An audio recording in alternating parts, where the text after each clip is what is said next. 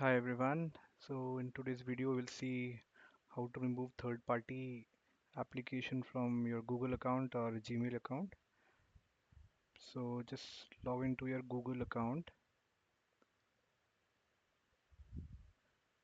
On manager account you can select on security. Uh, in security you can just go down a bit and you can see an option called your connections to third-party apps and services.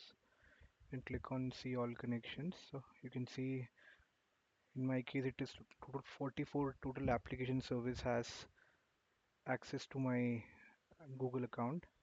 So you can click on any one of the apps one by one and you can remove the connections by clicking delete all connections.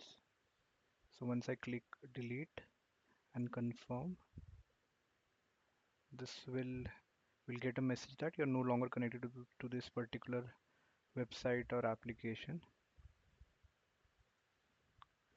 So in this way you can remove any access that you have provided to these third-party apps and you don't want them to use your data, so you can remove these applications. Thank you. So I hope this video is helpful for you.